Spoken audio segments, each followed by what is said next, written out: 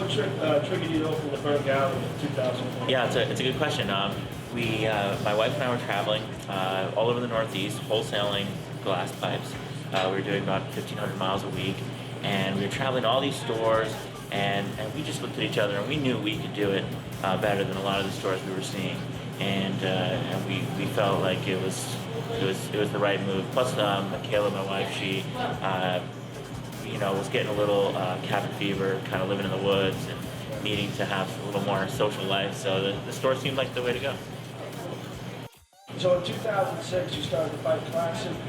I was wondering who came up with that idea. How did it go from an idea to something real? Sure. Pipe Classic, the actual event, it started really organically. We were, my friends and I were in a shop together, and we, we're making, just pipes for all of our stores that we sold to. And like any job, it can get a little boring or tiring, and so we would, to make it more fun, more interesting, we would start competitions. We could make the fastest spoon, the fastest 20, different examples, whatever the competition may be. And we would have different competitions, and then every other industry had an event to celebrate it. Sometimes you see it with a competition. I figured it would just be perfect for the pipe world. Like, the pipe world just needed that. It needed its celebratory event. And back then there was no competitions. There was not much. So that's how that all started. Do you have a favorite year for the Pipe Classic? Favorite year? Yeah, is there something that stands out where everything just I do. was perfect? Yeah, I do. No year's ever been perfect, I'll tell you that. But Pipe Classic 3 was my favorite one. That was the last year. The first 3 years, we just did it because we wanted the pipe makers, the artists, to feel special, to feel unique and praised, and like other kind of athletes do. And since Pipe Classic 3, the event and pipe making's grown a lot. We get a lot of attention.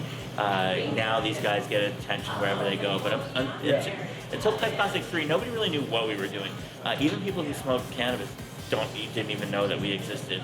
And so it was really just like it was the last year of innocence in that way, and it was really fun. And so that was the turning point. Yeah, I could tell you a dozen great stories from that year, but it was something else. So if people want to see one of the better, you shot a video that year too, right? That was the first year we made the movie. Okay. Yeah, the movie does document that year.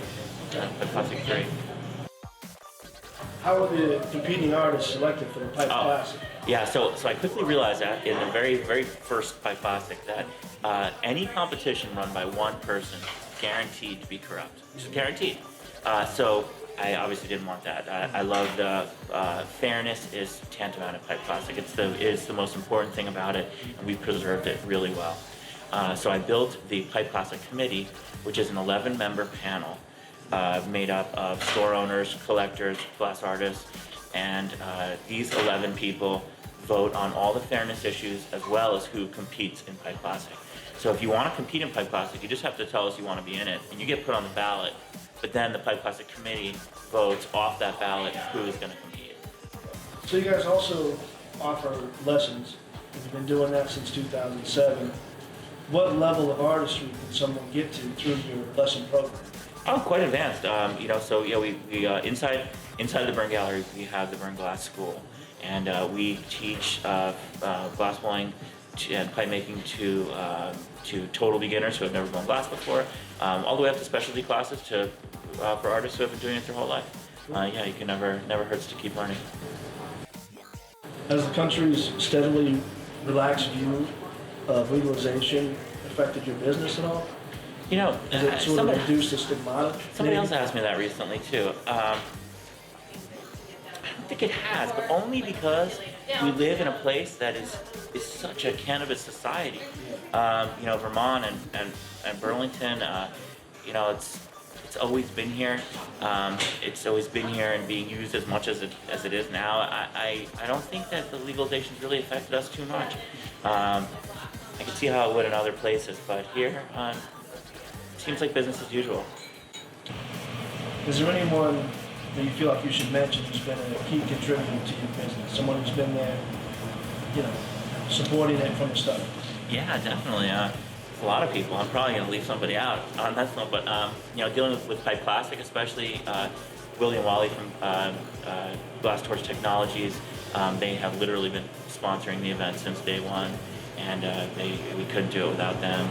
But other people like Eric and Sharon from Bern in Long Island, and Zach and Charlie from Stoked, and Nick from Glass Roots, and so many people have been sponsoring for a really long time. On a personal level, I've had a lot of great people help me with my business and life in general. Any advice for someone who's thinking about starting a glass shop? Yeah, I wouldn't do it.